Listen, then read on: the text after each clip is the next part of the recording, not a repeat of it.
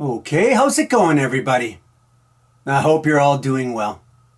Okay, so in this episode, I thought I'd try to say something about the French philosopher Jean-Paul Sartre's novel Nausea, and the important role that music seems to play in it.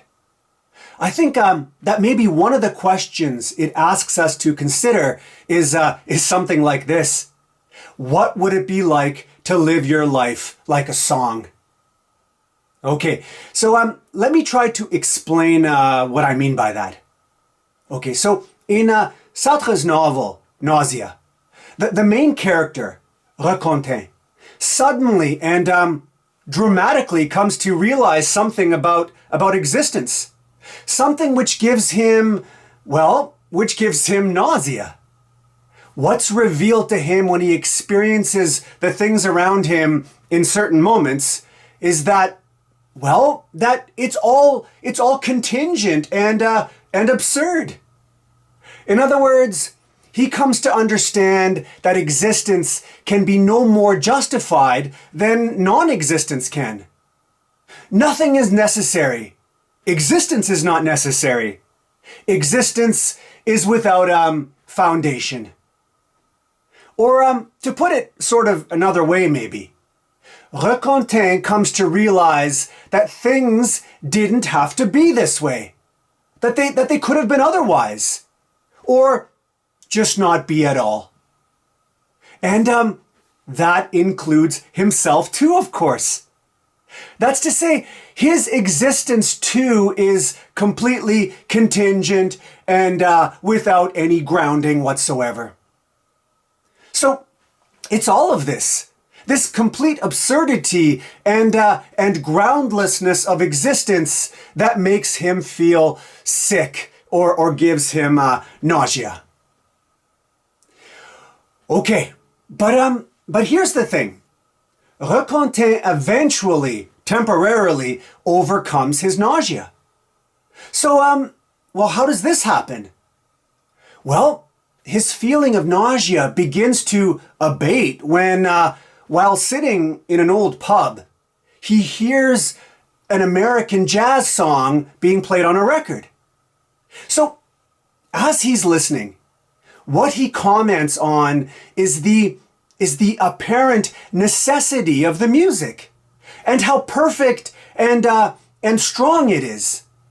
That's to say, each note in the melody of the saxophone leads to the next with a seeming necessity. It's as if each note had to be there and had to be exactly that way and in that particular sequence and just couldn't have been anything else. Now, while Racontin is listening to this, he feels like he's in the music. And he feels like the necessity that he's experiencing in the song is conferring or bestowing a necessity on his own existence too.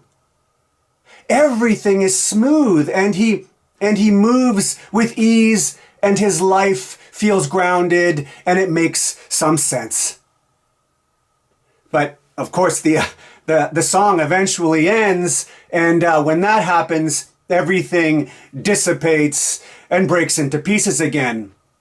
Contingency and disorder reestablish themselves. Okay, so what the heck is the message here? Well, I don't know, maybe it's something like this. It's that music and literature and art confer some sense of necessity upon this shockingly contingent world of ours, and so in some sense help to justify our existence or to render our lives more meaningful. And by the way, Sartre is not the only one to say something like this. So did, in their own particular ways, people like Schopenhauer and Nietzsche and Camus, among others. Anyway, the point is that what music and art does is it raises us from the world of meaningless existence and absurdity and contingency to one of structure and necessity and even beauty. without art, the things in our lives present themselves without any rhyme or reason. That's to say, everything around us, everything about us, could have been otherwise. And in fact, there's no reason for things to exist at all. But what music is, well, it's the medicine to the malady of existence. It's a temporary anti-nausea pill. It restores us to a much needed feeling that not everything is arbitrary and meaningless. It picks up all the disconnected pieces and turns it into a cohesive whole, at least for a bit of time. It constructs some permanence and some fixity in a transient world. Or to use Sartre's language, it reminds us that it's possible to leave the viscosity of the world and to attain the pure and the solid cleanliness of being. Okay, but I think that maybe Sartre has a larger counsel for us in mind here too. That's to say, I think that maybe part of the larger point is that we too can and should model our life on music and on melodies.